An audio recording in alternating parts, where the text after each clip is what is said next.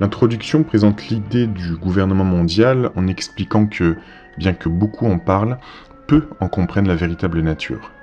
Virion insiste sur le fait que les véritables protagonistes de cette idée se cachent derrière une forme de secret bien gardé, accessible uniquement à certaines élites. Il décrit la haute synarchie comme un projet visant à exercer une domination universelle par le biais d'un gouvernement global, présenté sous des apparences humanistes, mais qui, selon lui, dissimule des ambitions beaucoup plus sombres. Le texte souligne que ce projet mondialiste est souvent présenté comme une avancée pour le progrès et la paix, entre guillemets, mais Virion critique cette vision, en la qualifiant de manipulation destinée à habituer les masses à une forme de contrôle universel. Donc, vous l'avez compris, une petite parenthèse, cet ouvrage, la première édition, est sortie en 1965. 2. Une vision de notre monde chez les Rose-Croix du XVIIe siècle. Dans cette section, Virion retrace l'origine idéologique du mondialisme en remontant à la fraternité des Rose-Croix du XVIIe siècle. Il explique que ces sociétés secrètes étaient à l'origine de certains idéaux de gouvernance mondiale basés sur une vision mystique et occulte du pouvoir. Les Rose-Croix cherchaient, selon l'auteur, à créer une république universelle en unissant toutes les nations et les religions sous une seule autorité spirituelle et politique. Virion souligne que cette idée de gouvernance mondiale a traversé les siècles, influençant les sociétés secrètes comme les Illuminés, et plus tard, des organisations plus modernes. Il décrit la philosophie synarchique, où un pouvoir caché et élitiste contrôle les institutions visibles. L'objectif ultime des Rose-Croix, d'après Virion, était de former une super-église qui régenterait tous les cultes et les mœurs sous une apparence de diversité internationale, mais toujours dans le but de subvertir l'Église catholique. 3. Le Congrès de Vienne et la Sainte Alliance. Cette partie examine le Congrès de Vienne, 1814-1815, et son rôle dans la mise en place de la Sainte Alliance, une coalition des monarchies européennes visant à rétablir l'ordre après la chute de Napoléon. Virion y voit une tentative des puissances européennes pour restaurer la chrétienté en Europe face aux idéologies révolutionnaires qui menaçaient l'ordre social établi. Cependant, il estime que ce projet, bien qu'officiellement chrétien, était infiltré par des forces occultes et secrètes, notamment la franc-maçonnerie.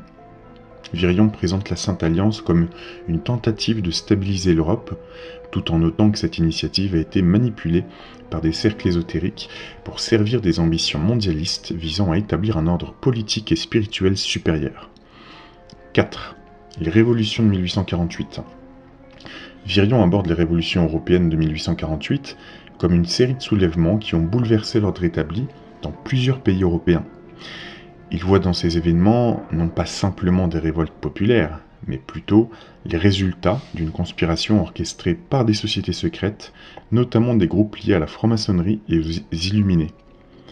Ces révolutions sont selon lui une étape importante dans l'avancement du projet de gouvernance mondiale, cherchant à affaiblir les monarchies chrétiennes en Europe et à favoriser l'implantation d'un nouvel ordre politique plus compatible avec les ambitions mondialistes. Virion perçoit ces événements comme des attaques coordonnées contre l'autorité traditionnelle et il met en garde contre les forces qui tirent les ficelles en coulisses. 5. Un article du Globe au Congrès de Paris, 1849-1856. Cette dernière sous-partie se concentre sur un article publié dans le journal Le Globe à l'occasion du Congrès de Paris, tenu à la fin de la guerre de Crimée, 1853-1856. Cet article, selon Virion, reflète la montée en puissance d'idées mondialistes dans le discours public. Le Congrès de Paris est présenté comme un moment clé dans l'avancement de la gouvernance mondiale, où des discussions diplomatiques masquent en réalité des intentions plus profondes de réorganiser l'Europe et le monde selon des principes synarchiques. Virion suggère que des forces occultes utilisent ces événements pour pousser l'idée d'une fédération mondiale sous couvert de diplomatie internationale, tout en renforçant des structures de pouvoir invisibles mais puissantes. À présent, donc résumer la première partie vers le gouvernement mondial. Chapitre 1. Élaboration du système. Ce chapitre introduit la création du système mondialiste qui, selon Virion, est en préparation depuis plusieurs siècles.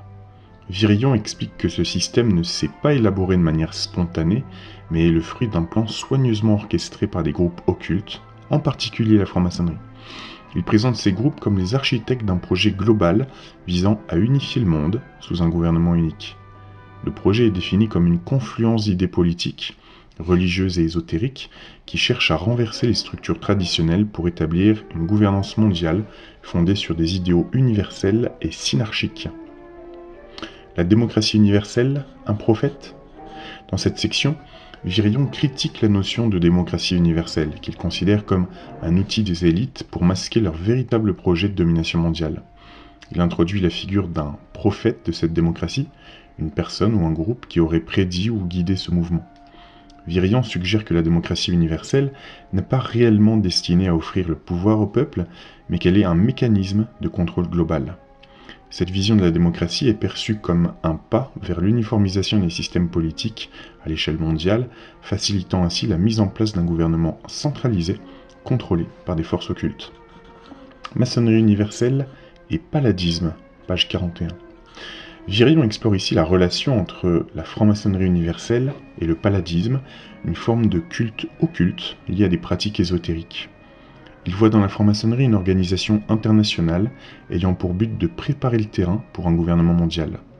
Le palladisme, selon lui, est une branche plus secrète et plus élitiste de cette organisation, impliquant des rituels occultes destinés à instaurer une hiérarchie spirituelle au sommet de la structure mondiale.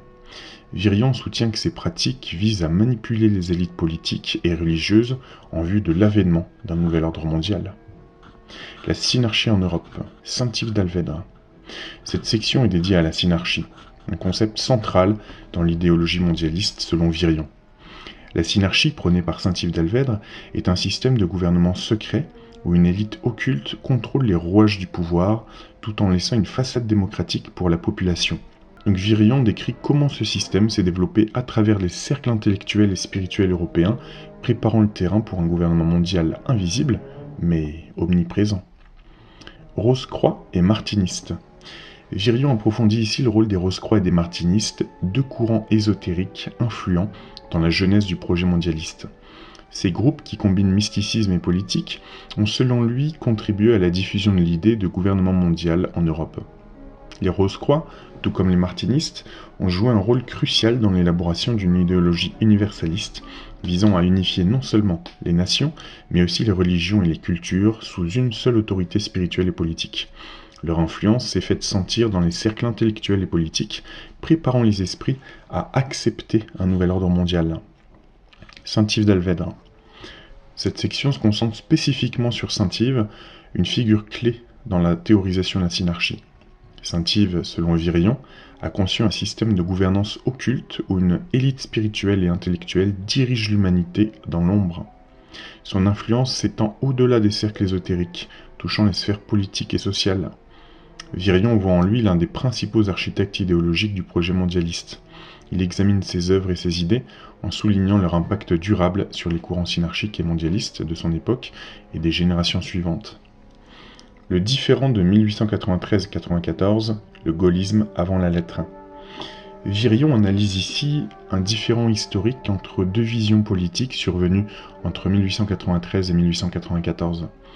Il voit dans ce conflit les prémices de ce qu'il appelle un gaullisme avant la lettre, en référence à une forme de résistance contre le mondialisme. Cette section présente un débat entre ceux qui défendaient la souveraineté nationale et ceux qui promouvaient une forme d'unification supranationale. Virion interprète cet événement comme un avant-goût de la lutte qui perdurera au XXe siècle, notamment avec le mouvement gaulliste, qui prône l'indépendance nationale contre les tentatives d'instaurer un ordre mondial supranational.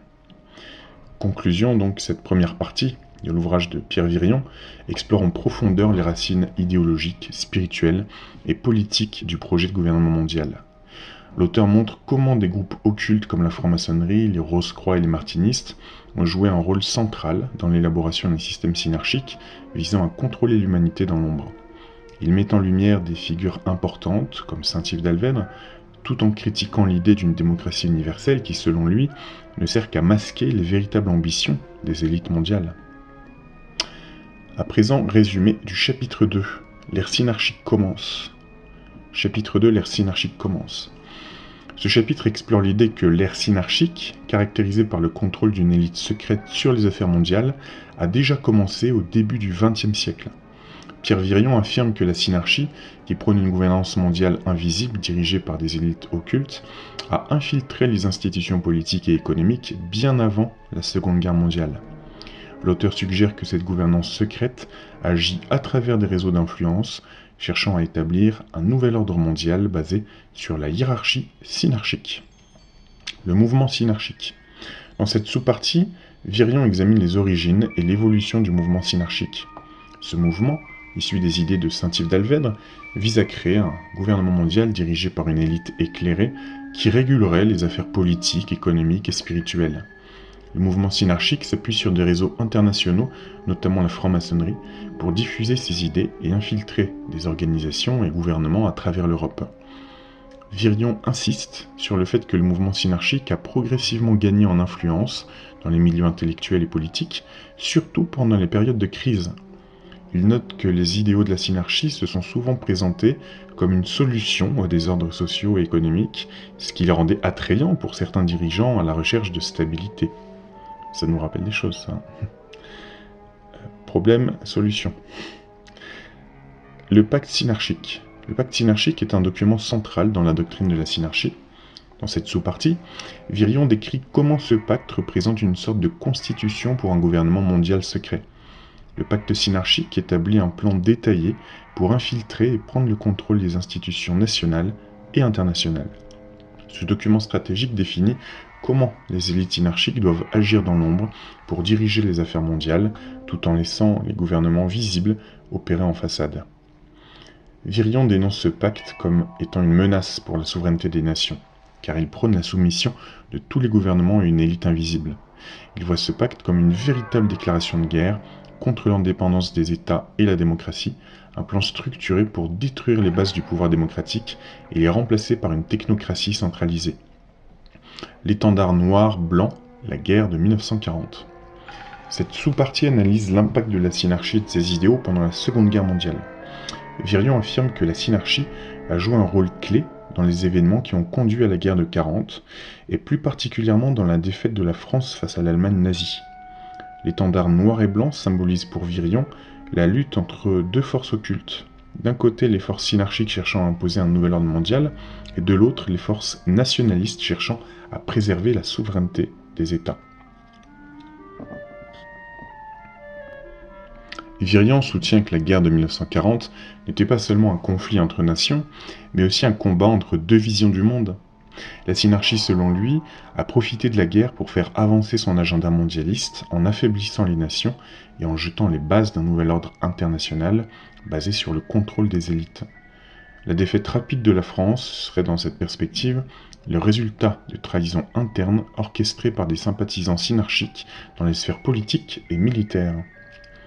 Conclusion. Le chapitre 2 approfondit l'idée que l'ère synarchique est bien entamée et qu'elle a commencé à prendre racine bien avant la Seconde Guerre mondiale. Virion explore l'infiltration des élites synarchiques dans les institutions politiques et économiques, ainsi que leur rôle dans les grands événements de la première moitié du XXe siècle. Il met en lumière le pacte synarchique, une stratégie pour contrôler le monde de manière discrète mais efficace, et souligne comment la Seconde Guerre mondiale, notamment la défaite de la France en 1940, a servi les ambitions de ces forces occultes. Résumé du chapitre 3, l'aube du gouvernement mondial. Dans ce chapitre, Pierre Virion affirme que le projet d'instaurer un gouvernement mondial a commencé à se concrétiser au cours du XXe siècle, avec la Seconde Guerre mondiale et ses conséquences. L'auteur perçoit cette époque comme marquant le début d'une nouvelle ère, où la gouvernance mondiale est mise en place par des forces politiques et économiques internationales, sous couvert d'organisations comme l'ONU. Il met en lumière les stratégies employées pour transformer l'ordre mondial et les alliances qui se sont formées dans ce but. Une lettre du président Roosevelt à Staline. Virion analyse une correspondance entre le président américain Franklin D. Roosevelt et Joseph Staline, le leader de l'Union soviétique. Selon lui, cette lettre symbolise une forme de collusion entre l'Est et l'Ouest pour avancer le projet mondialiste. Il interprète cet échange comme une preuve de la coopération secrète entre les États-Unis et l'URSS, visant à diviser le monde en sphères d'influence tout en préparant une forme de gouvernance globale. Virion y voit Il voit une tentative de conciliation entre le capitalisme et le communisme pour établir un ordre mondial unique. Transformation possible de l'ONU, page 81. Virion consacre cette partie à une critique de l'Organisation des Nations Unies, ONU, qu'il voit comme un instrument utilisé pour préparer la gouvernance mondiale. Il explique que l'ONU, sous ses objectifs déclarés de paix et de coopération internationale, cache en réalité une transformation en cours. Cette transformation viserait à centraliser le pouvoir mondial sous une forme de gouvernement universel dirigé par des élites technocratiques. L'auteur avertit que l'ONU pourrait évoluer en une structure de contrôle supranational capable de supprimer les souverainetés nationales au profit d'une autorité centrale. Un congrès à Versailles. Virion décrit un congrès qui a eu lieu à Versailles en le présentant comme un événement clé dans l'avancement de l'agenda mondialiste. Ce congrès, selon l'auteur, regroupait des dirigeants politiques, économiques et intellectuels ayant pour but de renforcer les liens entre les nations en vue de préparer la mise en place d'un gouvernement mondial. Il critique la nature de ces rassemblements, les présentant comme des réunions secrètes où des décisions cruciales pour l'avenir du monde sont prises sans le consentement des populations. Fait penser un petit peu aussi à Bilderberg et compagnie, petite parenthèse. La collision New York-Moscou. Dans cette sous-partie, Virion approfondit l'idée d'une collision entre les puissances de l'Est et de l'Ouest, en particulier entre les élites économiques de New York et les dirigeants communistes de Moscou. Il estime que cette alliance secrète est le reflet d'un intérêt commun pour instaurer un nouvel ordre mondial dans lequel le capitalisme et le socialisme coopéreraient pour soumettre les nations sous une autorité mondiale unique. Il accuse des forces puissantes aux États-Unis, en lien avec des cercles communistes, de soutenir cette ambition, en coulisses bien sûr. Socialisme totalitaire et universel. Virion aborde ici la question du socialisme, qu'il présente comme un élément clé du projet de gouvernement mondial. Selon lui, le socialisme, dans sa forme totalitaire, est utilisé comme un outil pour uniformiser les sociétés et les cultures afin de faciliter le contrôle mondial. Il dénonce un socialisme universel qui ne serait pas réellement au service des peuples, mais plutôt un moyen pour les élites de centraliser le pouvoir en abolissant les frontières nationales et les libertés individuelles. Terreur et violence. Dans cette section, Virion affirme que la terreur et la violence sont des instruments utilisés par les promoteurs de la gouvernance mondiale pour parvenir à leurs fins. Il explique que la manipulation de la peur, la guerre et les révolutions sont des moyens pour affaiblir les nations et les rendre plus facilement contrôlables. Virion présente ces stratégies comme des tactiques de déstabilisation délibérées pour détruire l'ordre établi et préparer la voie à un nouveau système mondial fondé sur l'autorité centralisée des élites. Aspect de la synarchie aux États-Unis. Dans cette sous-partie, Virion examine l'influence de la synarchie aux États-Unis. Il y voit une infiltration de la société américaine par des élites occultes cherchant à faire avancer le projet de gouvernement mondial. Selon lui, cette influence est particulièrement visible dans les sphères politiques, économiques et académiques. Les institutions américaines auraient été pénétrées par ces élites synarchiques qui travaillent à établir une domination invisible tout en promouvant les idéaux de liberté et de démocratie comme façade. Les fondations Rockefeller, Ford et Carnegie. Virion critique ici l'influence des grandes fondations américaines, notamment celle des familles Rockefeller, Ford et Carnegie. Il les accuse d'utiliser leur pouvoir financier pour promouvoir un agenda mondialiste. Ces fondations, selon l'auteur, jouent un rôle crucial dans la diffusion des idéaux mondialistes à travers le financement de programmes éducatifs, politiques et sociaux visant à uniformiser les sociétés et à promouvoir une gouvernance mondiale. Virion les considère comme des outils de l'élite pour influencer la politique internationale en faveur d'un nouvel ordre mondial. Le Conseil des Relations étrangères, Council on Foreign Relations, CFR. Virion s'intéresse ensuite au Council on Foreign Relations, une organisation influente aux États-Unis qui l'accuse de travailler à la mise en place d'un gouvernement mondial. Le CFR, selon lui, est un groupe de réflexion puissant, infiltré par des élites synarchiques qui orientent la politique étrangère américaine dans le sens des intérêts mondialistes. Virion voit dans le CFR un instrument de contrôle utilisé pour influencer les décisions politiques américaines en faveur de l'intégration mondiale et de la domination des élites financières. La Central Intelligence Agency, CIA. Virion continue en se concentrant sur la CIA, qu'il accuse de servir les intérêts des élites mondialistes. Il voit dans cette agence de renseignement une institution qui, sous le prétexte de protéger la sécurité nationale, travaille en réalité à promouvoir l'agenda synarchique. Selon Virion, La CIA est impliquée dans des opérations secrètes à l'échelle mondiale visant à déstabiliser les gouvernements et à préparer le terrain pour une gouvernance mondiale. Vous voyez, hein, vu comme ça, c'est pas très compliqué. Les conciles secrets. Cette section traite des conciles secrets, des réunions privées entre les élites mondialistes. Virion les présente comme des instances où les décisions les plus importantes pour l'avenir du monde sont prises. Il décrit ces réunions comme étant totalement opaques pour le public, mais cruciales pour la mise en place du gouvernement mondial. Ces conciles, selon lui, réunissent les dirigeants politiques, financiers et intellectuels qui œuvrent ensemble pour avancer le projet mondialiste. Les Bilderbergers. Virion examine le groupe Bilderberg. Alors ça c'était en 65, hein. Il est en avance quand même. Fin de la parenthèse. Une organisation de dirigeants influents qui se réunit chaque année pour discuter de questions mondiales. Il voit cette organisation comme un élément clé du réseau synarchique mondial. Le groupe Bilderberg, selon Virion, est un lieu où des plans sont échafaudés pour avancer l'agenda de gouvernance mondiale. Il critique le manque de transparence de ces réunions et les considère comme un espace où les élites élaborent des stratégies pour contrôler les affaires mondiales en dehors du cadre démocratique. Une super-église. Virion termine en exposant l'idée d'une super-église, une organisation religieuse globale qui, selon lui, sera un pilier central du futur gouvernement mondial. Il explique que cette super-église serait un mélange de toutes les religions, unifiées sous une autorité spirituelle unique, qui aurait pour but de soumettre toutes les croyances à une forme de contrôle spirituel mondial. Virion voit cela comme une menace pour l'Église catholique et pour les libertés religieuses, car cette super-église chercherait à abolir les dogmes et à uniformiser les pratiques religieuses. Conclusion. Donc dans ce chapitre, Virion explore en détail les alliances, les institutions et les forces économiques qu'il considère comme moteurs du projet mondialiste. Il critique des figures et des organisations influentes telles que Roosevelt, l'ONU, la CIA, les fondations philanthropiques, le CFR, qu'il accuse de conspirer pour instaurer une gouvernance mondiale. Le chapitre se termine sur une vision apocalyptique d'une super-église mondiale, symbole de l'uniformisation religieuse sous un contrôle synarchique.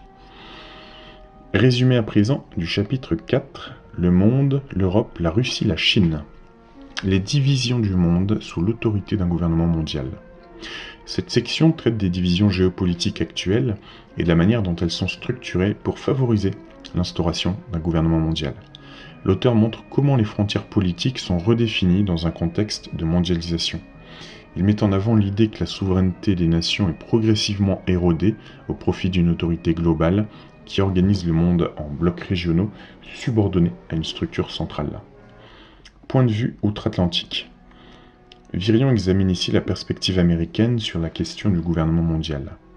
Il met en lumière le rôle des États-Unis en tant qu'acteur clé dans la mise en place d'un ordre mondial basé sur des principes économiques libéraux, mais aussi sur une forme de contrôle supranational.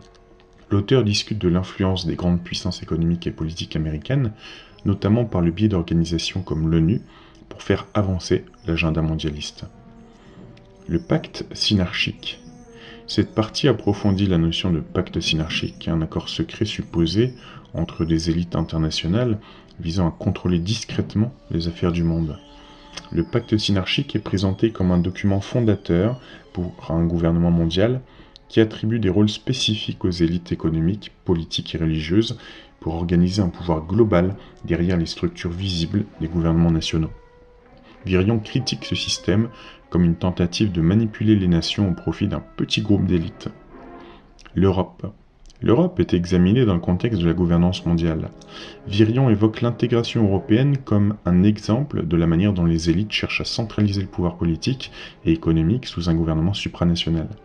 Il suggère que l'Union européenne est une étape vers un gouvernement mondial visant à diluer les souverainetés nationales et à subordonner les États et à des instances internationales qui opèrent au-delà du contrôle démocratique.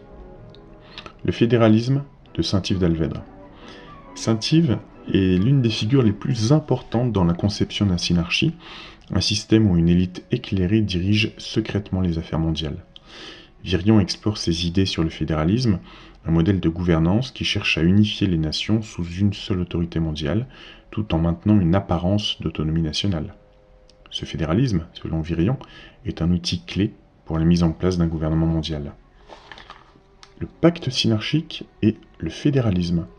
Dans cette section, l'auteur relie le pacte synarchique aux idéaux du fédéralisme. Le fédéralisme est présenté comme une méthode pour centraliser le pouvoir au niveau mondial en démantelant progressivement les institutions nationales au profit de structures supranationales.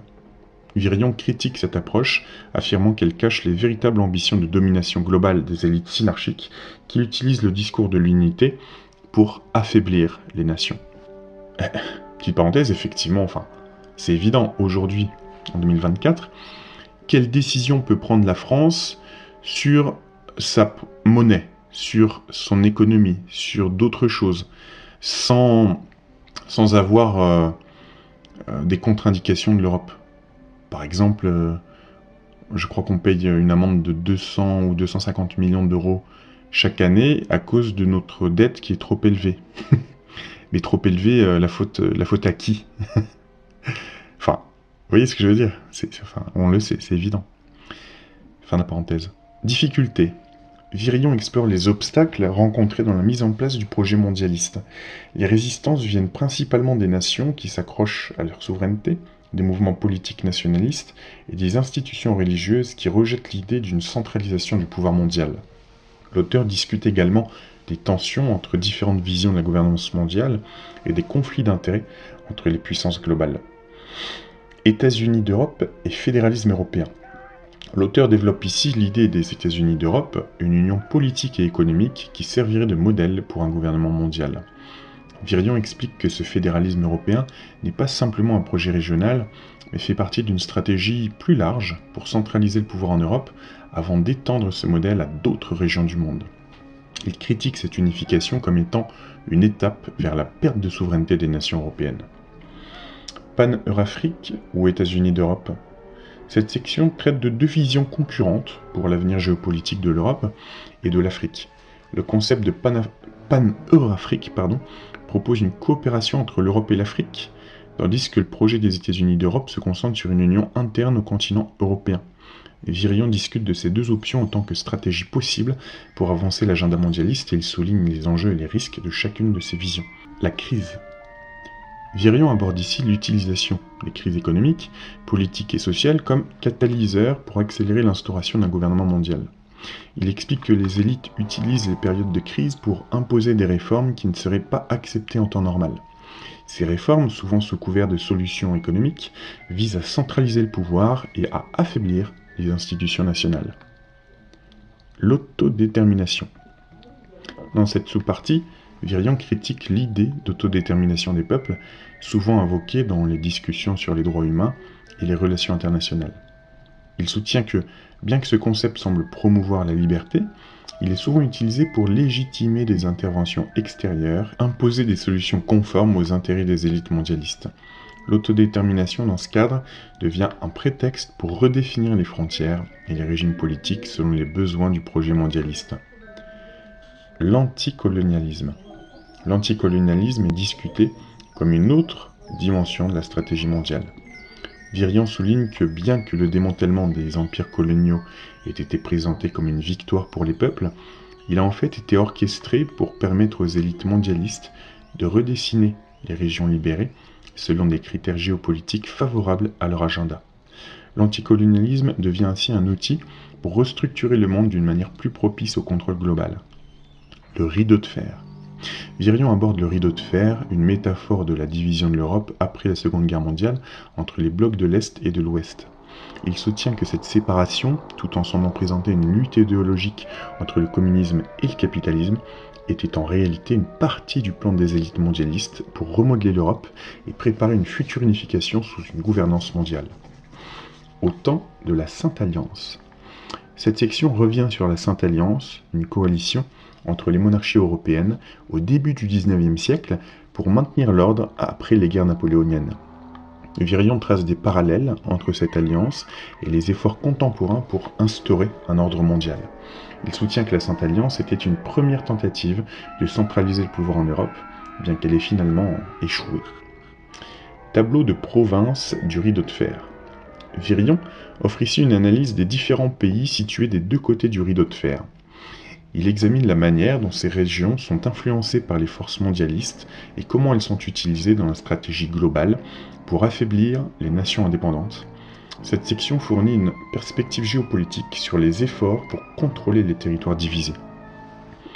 La révolution de 1917. Virion analyse la révolution russe de 1917 comme un événement clé dans la progression de l'agenda mondialiste. Il soutient que cette révolution a été soutenue en secret par des élites occidentales cherchant à détruire l'ordre monarchique et à introduire une nouvelle forme de gouvernement, le communisme, qui servirait leurs intérêts à long terme. Cette révolution, selon lui, marque une étape dans la centralisation du pouvoir sous une idéologie totalitaire. Yalta. Cette sous-partie se concentre sur la conférence de Yalta en 1945, où les dirigeants des puissances alliées ont redéfini les frontières de l'Europe après la Seconde Guerre mondiale. Virion critique ces accords, qu'il voit comme un exemple de collusion entre les élites mondiales pour restructurer l'Europe et préparer le terrain pour une gouvernance mondiale. Il y voit également la mise en place des conditions pour la guerre froide, utilisées comme prétexte pour avancer l'agenda mondialiste. Et maintenant, Virion se demande ici quelles sont les étapes suivantes du projet mondialiste après la guerre froide. Il explore les développements récents dans les relations internationales et les conflits mondiaux, cherchant à savoir comment ces événements contribuent à l'avancement du gouvernement mondial. Il appelle à une vigilance accrue face aux efforts continus des élites pour consolider leur contrôle sur le monde. La Chine. La dernière sous-partie du chapitre traite du rôle de la Chine dans l'avancée de la gouvernance mondiale. Virion décrit la Chine non pas comme un acteur indépendant, mais comme un partenaire dans le projet synarchique mondialiste. Il analyse les liens entre les élites occidentales et chinoises, soulignant que la montée en puissance de la Chine est en fait utilisée pour promouvoir un modèle de contrôle totalitaire qui pourrait être adopté à l'échelle mondiale. Conclusion générale.